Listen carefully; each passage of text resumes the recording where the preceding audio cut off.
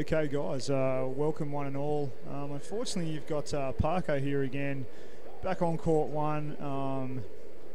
We got 2 minutes and 40 seconds until the France under-19 men compete against the USA under-19 men in what is their first game for game one of the fourth CMAS Age Group World Championships here in Hobart, Tasmania. A quick shout out to Tasmania and the Tasmanian government for being our major sponsor, as well as the City of Hobart, Vertex Sports Gear, Wing & Co, Poco People and Jard Fins, and never to be forgotten, Six Al Agua Underwater Hockey Gear. So if you've got time at the pool deck today or in the coming days, please get amongst Tasmania and what it has to offer, because they've been a great supporter of this competition. In the seat with me to call this game is Scott from the USA. How you going today, Scott? Doing pretty well, Stuart. And, thanks for the invite to Hobart, and this is pretty exciting to see what's going on here. And I'll follow up with your shout out to Hobart. It's been a fantastic experience. I've never been to Tasmania, and very impressed with the kindness and the generosity that everybody's displayed here. Got to meet the mayor a couple of times, and just been very welcomed here. Thank you very much. Oh, well, I can say on behalf of the Tasmanians, because I am one, you're very welcome, and it's great to have you guys here as well as all the other countries. So whereabouts are you from in the States? Northern California, 75 miles west towards the coast of San Francisco. Awesome. Well, that's a very nice place. I've been to California a couple of times, and I must admit I've always been welcomed there by the locals, and I've had an amazing time the times that I've been in California. So, yeah, it's cool. It's cool to know that I guess it's probably a little bit warmer in California than it is in Tasmania at the moment. We're in the, well, let's see, don't know the exact conversion for Celsius, but we're at 87 degrees Fahrenheit. So yeah. It's a little bit different for us to come from 87, 90 degrees to this nice and brisk and refreshing 32. Yeah, I can imagine. So we've got 30 seconds to go now until the French under-19 men kick off against the USA under-19 men. What do you reckon is going through the USA guys' heads at the moment? They're looking to present well. A lot of these athletes this is their first time in a world competition like this. I'm expecting to see a couple of these guys really perform well. Both the U.S. and France enjoy competing against each other in all the competitions. It's been a lot of fun to see. Here we go with the strike. Yeah, so a nice, good, crisp strike as the buzzer went there. I think the French just won the strike with a big dolphin kick, fast player coming in through the middle. And as you can see, I think I'm right in saying that the French have got the advantage at the moment with a good, fast drive onto the tray. For the French there, the refs are conferring, and the chief ref has confirmed that that is a goal within the first 30 seconds, Scott, for the French under-19 team. Yeah, that was pretty impressive. The French look good in the water. They're smooth. A couple of the scrimmages that I've watched, the French look real smooth. Yeah, that's right. Big and strong team. The Americans have a lot of younger players. They'll be able to swim in other worlds as well. So this will be kind of exciting for these young players to get in there.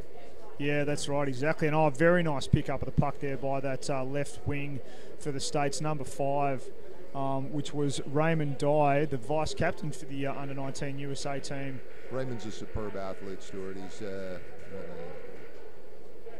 He's an amazing athlete, a good player on the team. He's earned the position of vice captain for sure. Well, I'm not surprised with the very specific skills that he just displayed then. I mean, the French had the puck.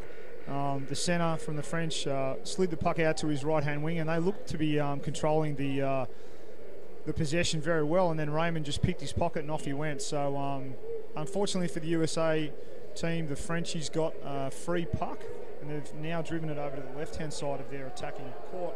But the States have come back with a nice counter drive, one-on-one. By the looks of it, the refs have called up another infringement. But I'll tell you what, after that first goal, Scott, that the French have scored, the USA are definitely looking competitive now. You would expect that with a lot of players that haven't been in world-class tournaments before, to see a little bit of hesitance to start with.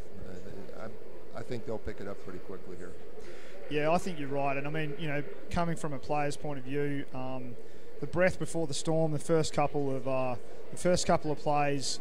I mean, for those of you that don't play hockey, as the French drive it nice and strong to the right-hand side of their court, and the USA have a good fight for the control of the puck there.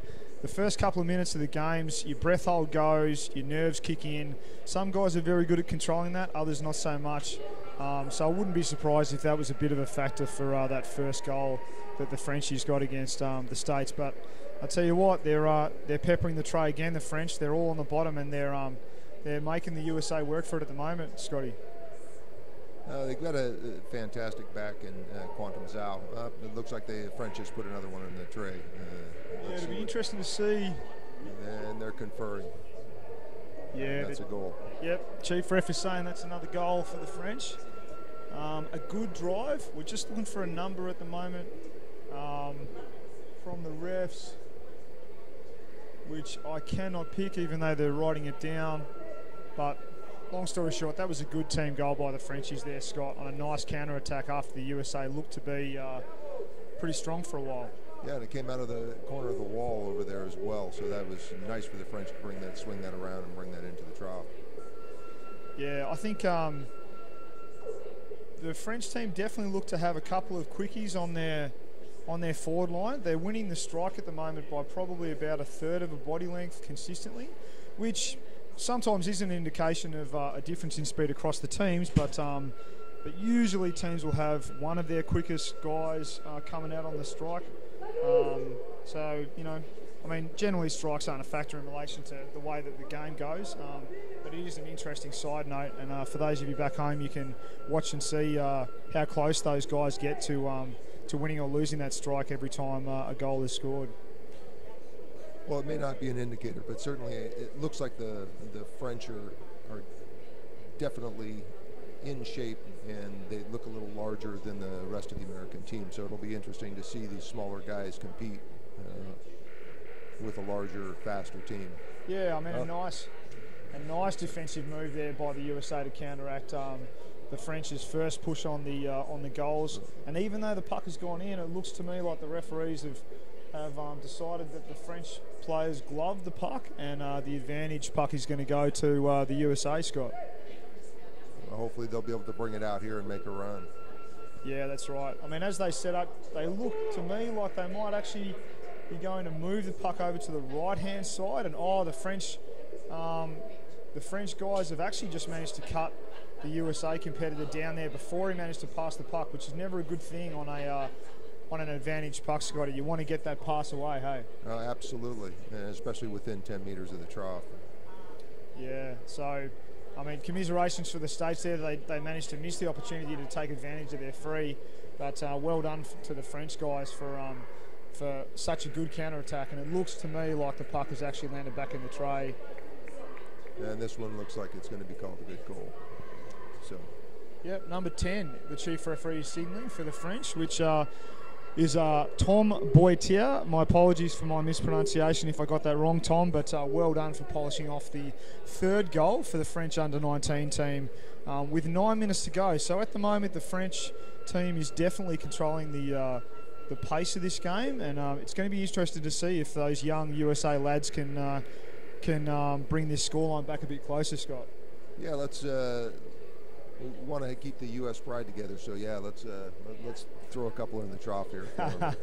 Well, I mean, to be perfectly honest, it's early days in the competition, and having been in quite a few teams that have done quite poorly in round robins and then done better in final series, I can attest to the fact that sometimes, even though you lose and you never really want to, in my experience, you definitely learn a lot more losing than you do from winning. So from that respect, even if the USA team does go down today, they're gonna learn a lot from this. And as you said, young players with a lot of time in front of them in their playing career. You know, I mean, hopefully the USA guys can turn it around, because they've definitely had passages of play in the first 7 minutes that have looked pretty good, Scott. Yeah, there's definitely some spots in their game that are going to be a little bit weaker, and there's going to be some spots that are a little bit better. It looks like they're making a push down here. French are bringing it out towards the wall. Yeah, with another ref's call, looks like the puck has gone over the wall, which is interesting because those walls are pretty high, but the referees are calling an equal puck. For the puck basically departing the area of the court. So what happens now is the referees put it in a position a couple of metres off the wall. The players set up and the buzzer goes and they go at the puck at the same time. As you can see here, each team behind the puck on their respective sides.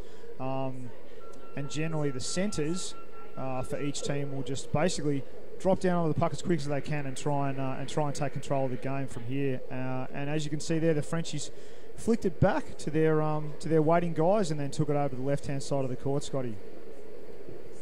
So, just for clarification, a lot of these guys have played on solid walls before, and these are floating walls. Is there a gap in between the hard wall on the bottom and the floating wall? No, there's no gap. But what can happen is a player's body can hit that floating wall, as you can see in the foreground there of the camera, and basically just tip the wall so it's not as high. And if the flick comes through, particularly high flick, or someone gets a knock on it, it can just plop over the other side of the wall. So there isn't a gap between the solid structure at the bottom and the floaty part, but every now and again you can see the players kicking the wall there, and it's quite tangible. So it doesn't take too much movement as the Frenchies put another puck in the tray there, but unfortunately for them, the referee is signalling that it was obstruction, and it's going to be an advantage puck to the USA, which takes the pressure off those guys a little bit, Scott. Yeah, hopefully they'll bring it out and be able to make a run up here. French are setting up really nice. It looks like they're really flooding the goal when they're down at the USA goal. Nice to see. They're beautiful swimmers, and it's good to see them in there playing the game. Yeah, they definitely are looking very good, particularly when there's a timeout is called for the French team, and they're all sort of getting around their coach for a bit of a pep talk, and I imagine the USA will do the same. To let you guys know at home, each team gets, I think it's one timeout per half per team. Each timeout is a minute, and it's quite a tactical or strategic thing for the coaches or the captains to decide when a timeout is needed. But I think in this case for the French guys with a little bit of time remaining in this half, it was probably not a bad idea for the French coach to just call a timeout, get his players sort of re-cage back onto the game plan. Gives them a good blow too if they've been working hard. Yeah, exactly. Hopefully they have. And I mean, funny old thing, it's probably a little bit of a rest for the USA guys as well. Sure. It's interesting you were talking about the way that the French are managing to find the space, Scott, because traditionally the French guys love playing the wall. So it's interesting that their under-19 team is actually keeping the puck essentially off the wall as they have another beautiful drive there on the tray and put the puck back into the goals, into the yellow section. And it looks like that was number 7 for the French team, which is Charles Stingelhumber. Again, my apologies for the pronunciation. But, yeah, have you noticed just how much space they're managing to find? Quite a bit, as a matter of fact. And it looks like the U.S. probably needs to start making some swings out and cut off those runs right down the center because they are spaced very well. French look good in there. Yeah. This strike, it looks like, once again, the French are about a meter in front. An interesting drop of the head by that French player onto the USA opposing player. The USA have actually managed to stop the momentum on the USA's left-hand side and look to be trying to establish a good run at the moment. And looks like it's working now. They've got some good numbers on the bottom. They're recycling the puck well and keeping it on their stick, which is nice to see as the Frenchies come through with a strong drive across the other side of the court, Scotty. Yeah, they're just about half court. It looks like we've got an advantage puck for USA as well. Yeah, I think that it is an advantage puck to the USA, and I think that particular passage of play in the last 30 seconds was a really good indication of just what these USA guys have got to show us today. They can string together some good passages of play, and I think it's essentially just now time for those guys to start believing in themselves a little bit more, get a little bit of animal about them, because the Frenchies are coming at them strong, and time to show us what they've got, Scott. Yeah, they're over in the corner now. Hopefully they'll be able to swing the puck out and get that center and flood the goal and make this a competitive match here. Yeah, it's often a tough thing, you know, like 4-0, it can kind of get in your head as a player, and you can get a little bit sort of down in the dumps, especially when you've got a long time to play.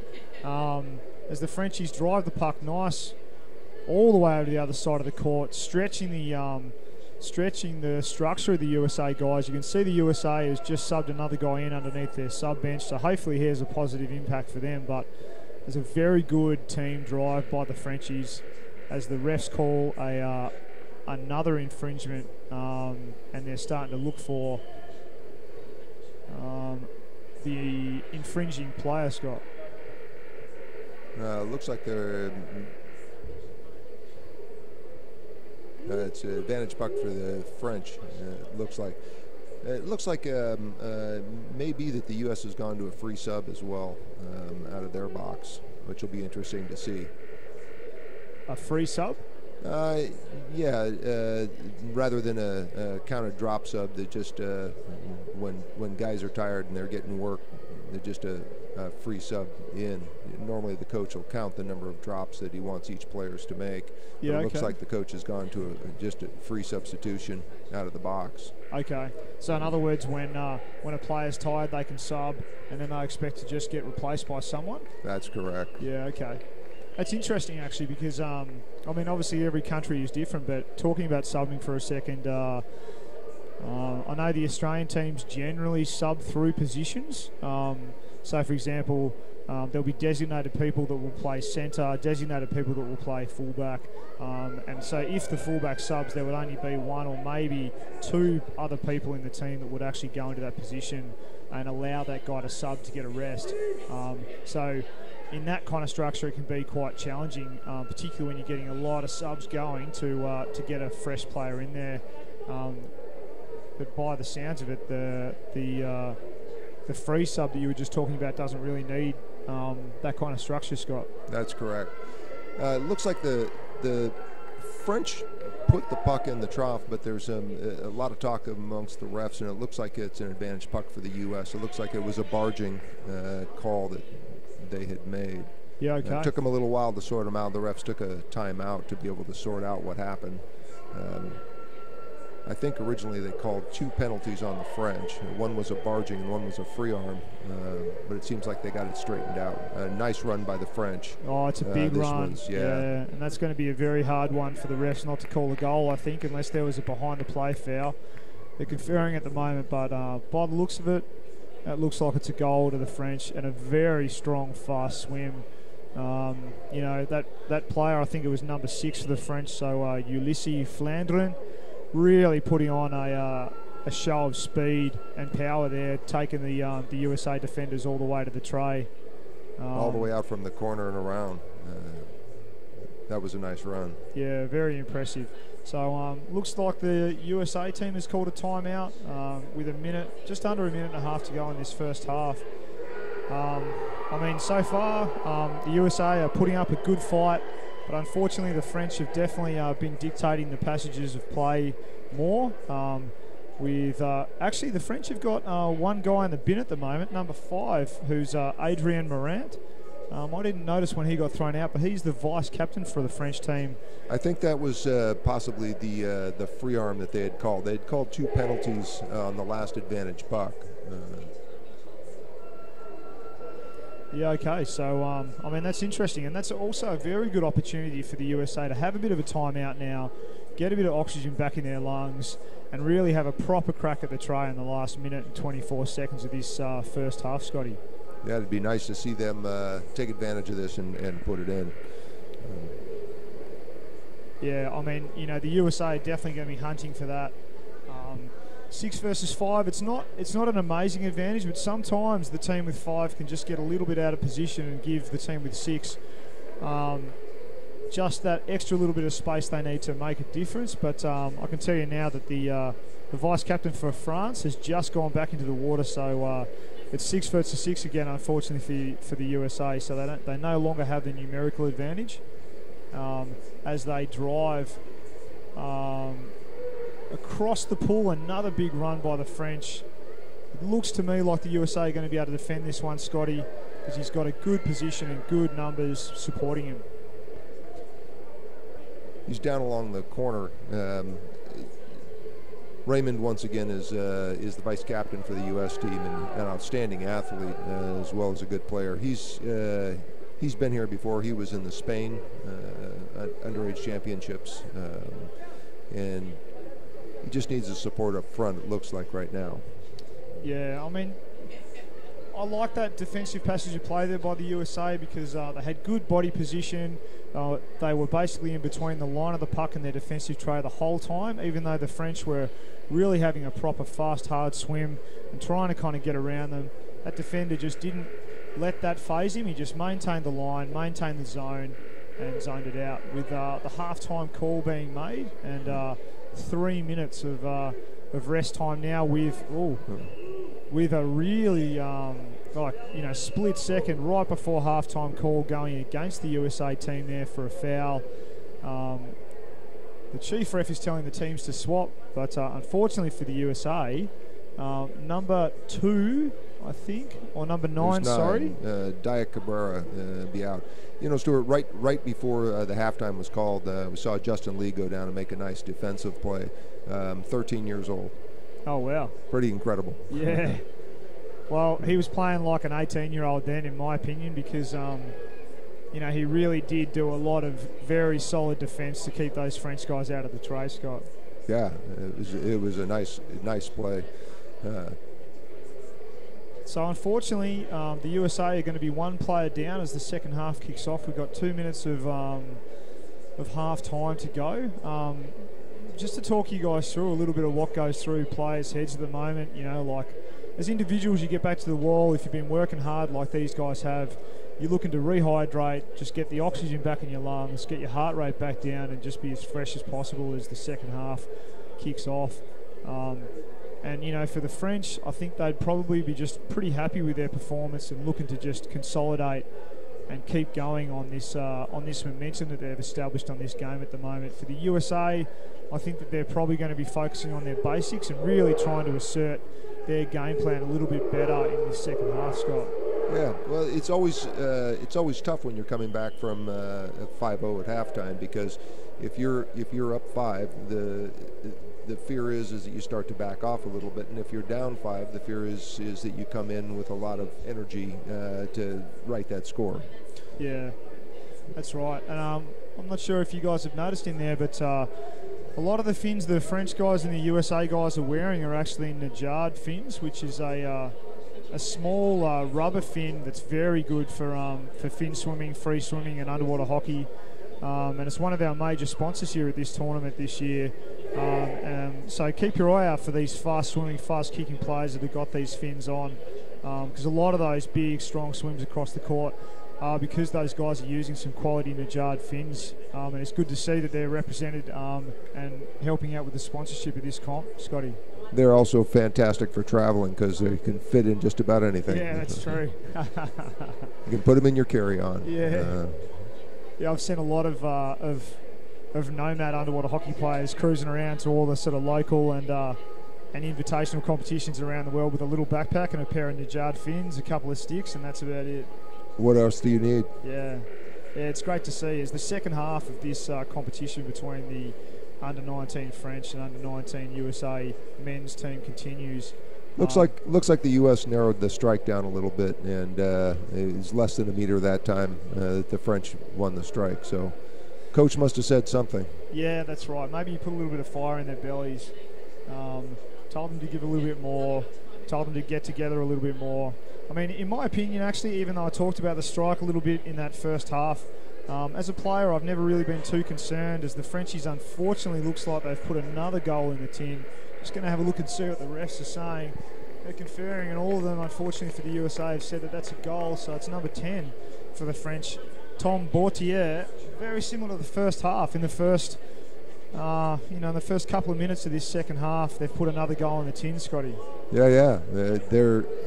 They're looking good. The French are strong. They're winning the strike, and they're setting up really well in front of the trough. It looks like when they're coming down to the U.S. end, they're flooding the trough very well. Yeah, they've definitely got a lot of support down there for each other. They're playing nice and tight. They're running with the puck well. They don't look to be doing too many tricky skills, which is allowing them to drive a lot of solid lines. You can see the numbers on the bottom there. That French guy that won the strike, he stayed down after he lost the puck and then just went straight at it again once his support arrived. And when you've got players doing that repetitively, it's very hard to stop that team from having the momentum, Scotty. Sure. Well, the game's played on the bottom, not on the top. So exactly. Need the support down there in order to be able to move the puck out and get the other team out of position. And it looks like the French they're down in numbers, and it looks like pretty close to the trough, and they got the numbers coming in now. Nice defensive move, kept out of the trough. It looks like it crossed the volume at the goal, though, so it is in. No goal there. Looks like they're waving this off. Yeah, very good but desperate defence by the USA there, and I mean, from what I can see from the signals of the referees, it doesn't look like it's going to end up in a goal for the French because both referees were calling fouls, different fouls, but both basically suggesting that it wasn't going to be a goal. But hey, you never know what the referees are talking about or what the third ref saw. So, I know they've actually called a penalty goal. So unfortunately for USA, that's another one against them, and lucky for the French in that instance, Scott. Well, lucky for the French. Just lucky that the call of the refs went their way. Yeah. I guess when I was looking at it, it looked clean, but you never can tell what they saw from the water. We've got limited angles here to be able to see it. Yeah, exactly. And I think sometimes it's very easy when you look at the game from the camera to assume that the ref's call is actually, or the free arm or the chopping or the gloving is actually for the defensive team and not for the attacking team. But in that case, looks like both calls were actually for the French and against the USA.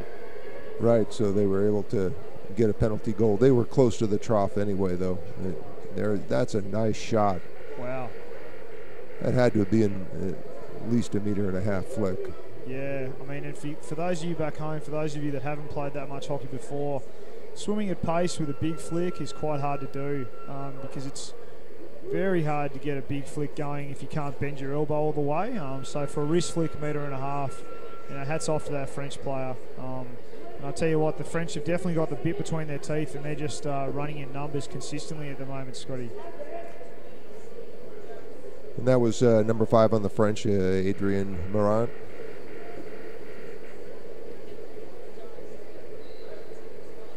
It was a big gap on the strike there. The USA have got to the fall of the puck on their right-hand side. They've got some good numbers around the puck at the moment, with the ref calling another infringement up. So there's going to be a little bit of stopping play. For those of you that are in Hobart watching this tournament or thinking about coming to Hobart, I highly recommend coming down to the Doon Kennedy Centre and catching some of this tournament. We're going to be here for the next 6 or 7 days, with Saturday the 22nd of July being the finals day. Get down and get amongst it if you can, because it's a great tournament and a great buzz around the pool. If you're looking for other stuff to do in Tassie, the Tahoon Airwalk is quite close to Hobart. Salamanca Market is always an amazing thing to go to on the weekends. And if you want to get a little bit off the beaten path, you can go down to Port Arthur or do a couple of the many bushwalks around Mount Field or Mount Wellington. I don't know how much time you've got to spend in Tassie, Scotty, but are you going to get stuck into any of that sort of stuff? We did. We actually made it down to Salamanca Market last week, and it was fabulous. Really nice street fair put on, great food. There's tons of Tassie-specific items to purchase there. Just a wonderful time there. Very, very friendly people and a nice venue. Yeah, there's a lot of handmade products and a lot of people that run a lot of stalls there that have been there for many years. If you can hunt down the shiitake mushrooms stall down there, that's one of my favourites, or the mini pancakes is also a big favourite of mine. If you're looking for some fare or a little bit more sort of touristy or something you want to take home, you can get a lot of Tasmanian wood type products down there.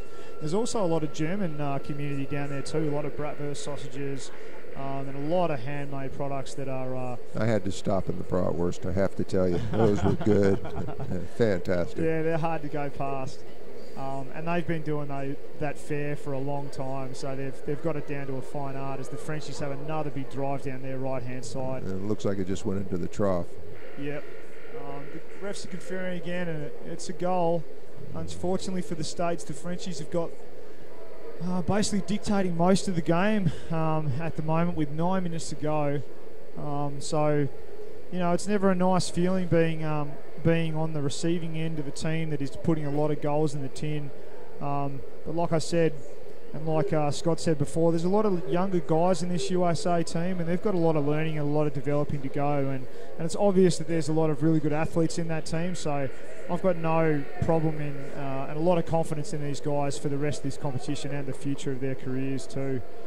Sure, and they're making some nice individual plays, so it's going to be them coordinating as a team. And, you know, the size does have something to do with this. That was a nice run up the wall.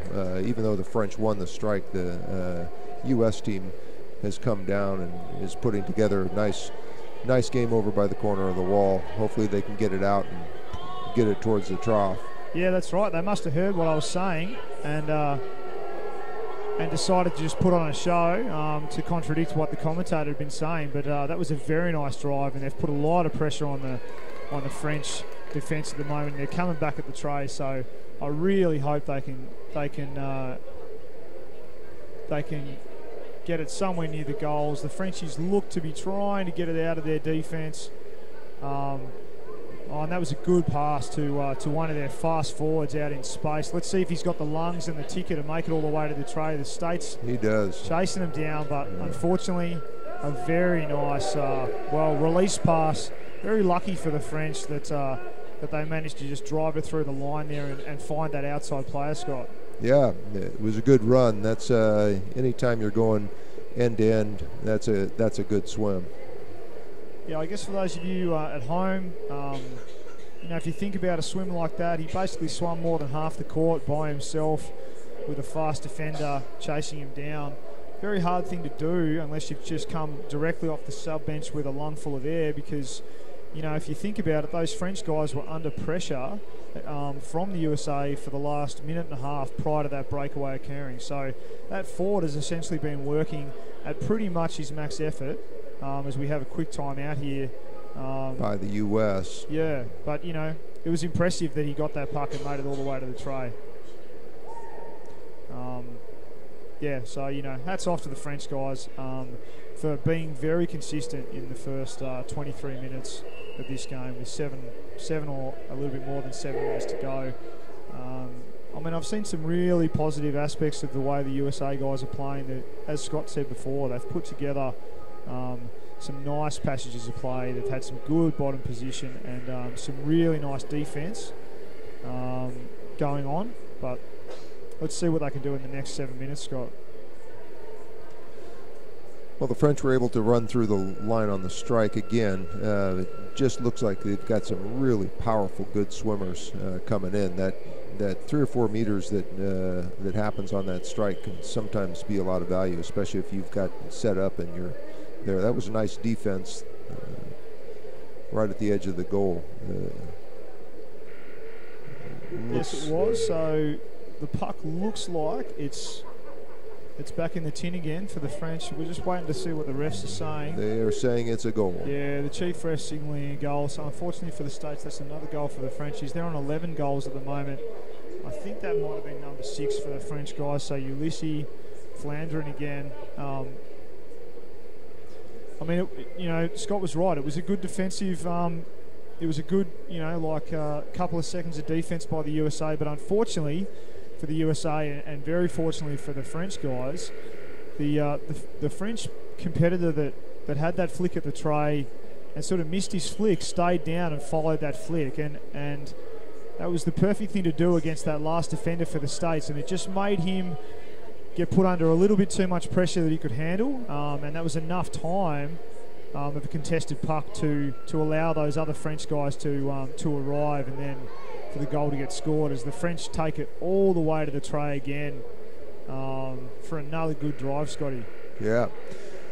Well, you know, with these players, generally, probably more than half of the players never having been at a world level tournament, the speed just increases so much. And you know, if they're used to playing at home clubs or they're used to playing in smaller tournaments, this level of speed is going to surprise them.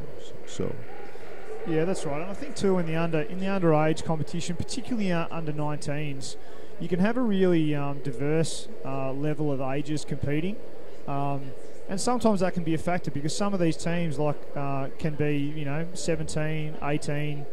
You know, that's basically the age of all the players. Whereas other teams, as you said before, there's a 13-year-old player in the USA team, and looks like the French just scored another goal. Yeah, that's right.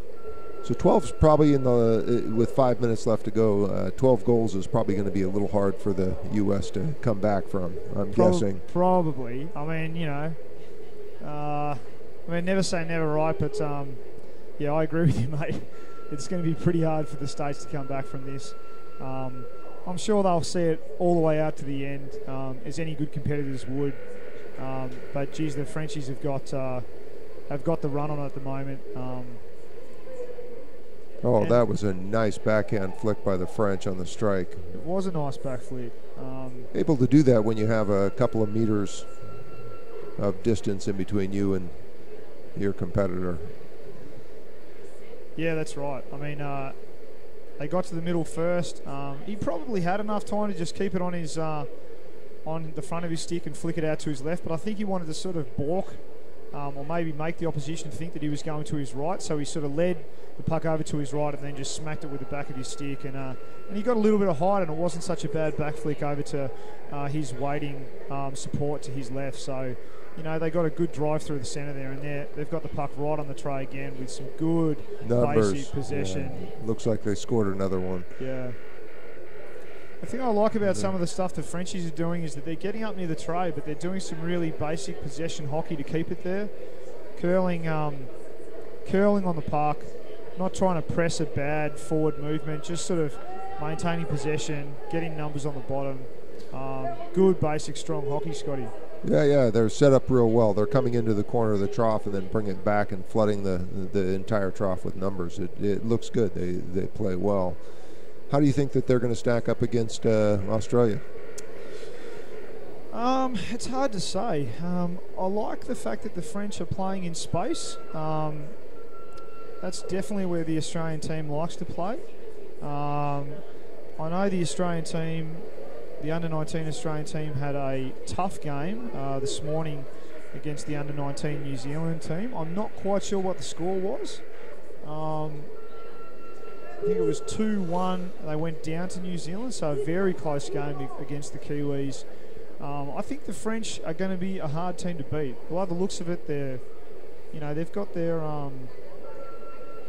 their stuff sorted this comp. So it's always hard to tell until you see two teams match up, Scotty. But what I think is going to be interesting is the fact that the French are playing a much more open game than I was expecting. Yeah. So you originally expected a wall game from the French coming down? Something like that. Generally they do, but I know in France they do play a much more open game at their nationals than their elite teams do at the Worlds. And hey, maybe they've decided to change it up a little bit this comp with their younger guys.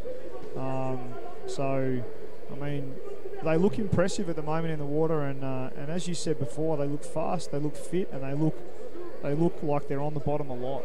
Looks like we have one of the U.S. players sitting out for a minute. That'll be Ryan Situ. He's a fine player. It surprises me that he's out. He's usually a very gentle player.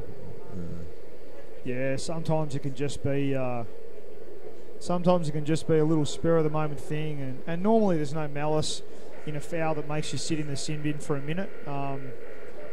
Normally, if you did something with intent, you'd get a lot more than that if the referees thought that you were deliberately intending to obstruct or foul an opposition player. So I think we can reasonably assume that he's still a nice guy.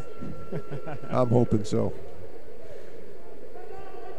And, you know, one of the things I've liked about this game is that even though there has been a few calls made, the refs have actually, you know, had the balance, in my opinion, of calls versus just letting the game play, which I think both teams would appreciate. No player likes a game to get called up too much, because you just can't get a momentum going. As the French just have, geez, that was a very definitive drive there with a lot of numbers on the bottom, and they pretty much swam that puck in with 2 or 3 dudes around the puck. Right. Well, with the U.S. already struggling a little bit and down a player, it's going to be tough to defend against that French team. We've got a little less than a minute and a half to go. These guys, they're ready to go. The U.S. team would be wonderful if they could score a goal in the last minute here. Yeah, it would be, and you know, I'm wishing those guys all the best for this last minute and 10 seconds they've got with another ref's timeout as they confer about something. I think the Americans have just had a bit of a chat at their end of the court. We've got a minute and 10 to go in this game as they kick off. And let's see what the States can do in this last minute, because I think everyone back home and here is, you know, really wishing that these USA young lads that have put so much time and effort into their training and travelled so far can put a goal in against these very well-practiced French guys, Scott. Well, I think all the teams. I think the point of this competition is to see good competition amongst all the teams. So I think our hope for all the teams are that there's good, hard-fought, close games, generally speaking. Yeah, that's right. As the Frenchies get another big drive.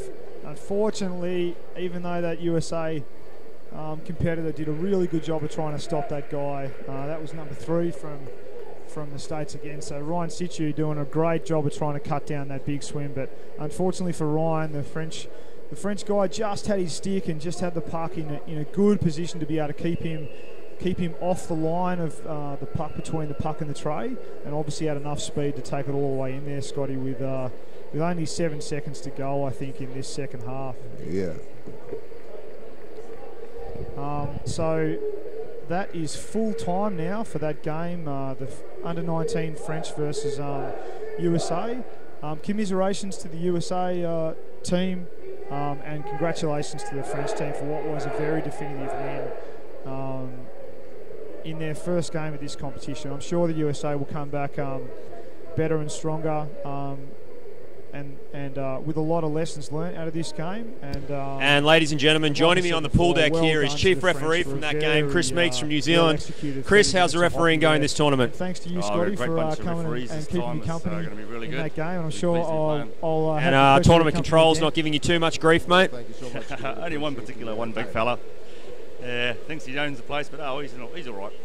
Games seem to be flowing really well though, mate, and there's a lot of advantage being played. The referees seem to have put a lot of work into the last 4 days. It's a big commitment for them. Have there been any special messages from Angus, Vero and Para? Yeah, we were trying to play a lot more advantage, but I think the players are trying to stay out of the bin as well. They're playing very, very fair, and they want to keep playing in the water all the time, so it's great. Thanks, Chris, and have a great tournament, mate, and thanks for coming. Cheers, Nick.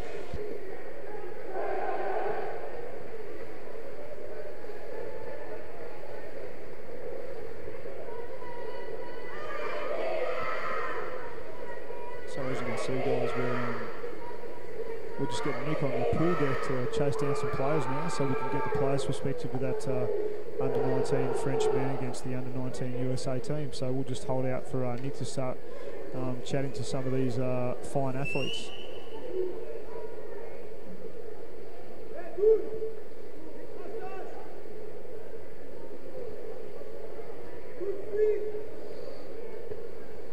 And joining me on the pool deck here is the number 13 from France, Joël.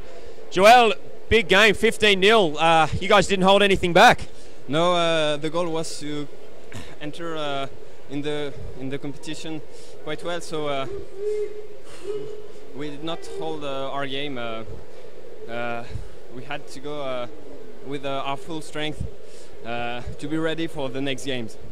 You're still puffing there, mate. It looks like you yourself didn't hold everything back. How was the game for you? Oh, quite exhausting. And no, I did not hold it.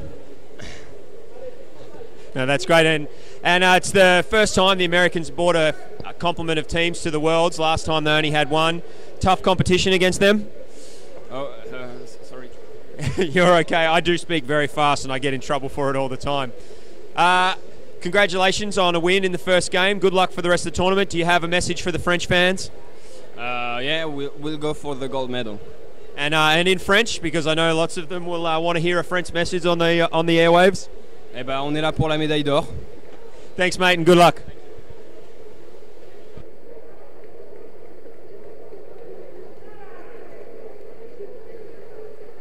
And joining me is the number 4 from USA, Quantum, the captain. Quantum, tough introduction to Worlds there against the French. Yeah, we kind of expected it, but we're pretty glad with the way we played. The score it doesn't mean too much to us. What matters to us is playing, taking that to when we're doing the playoffs. Yeah, so last World's the first time we saw the American team at the juniors, and obviously this is the second time we've had the under-19s here, and big development comp. Is the message from the coaches just to improve every game? Yeah, our coach is saying we're doing a lot better, and we hope we are. We do feel that we are doing a lot better, but we still have a lot to learn. And the under-19 boys can be a fiercely contested division. The Kiwis and the Australians, separated by 1 goal previous, and up the other end you had Argentina and South Africa, another big game. You looking forward to playing all the other countries? Yeah, of course. We were here last time. We learned a lot, and we're looking forward to showing what we learned and how much we've improved. Taking it to the teams and having a great time. Well, Quantum, thanks for joining me on the pool deck, and thanks for coming to Hobart for the tournament. Have you got a message there for the USA fans? USA fans, well, I hope everyone is willing to come down and play some. We're looking for people as well. Want more people from the USA to come play, and for the people back at our clubs, better look out. Thanks, Quantum, and good luck for the rest of the tournament. Thank you.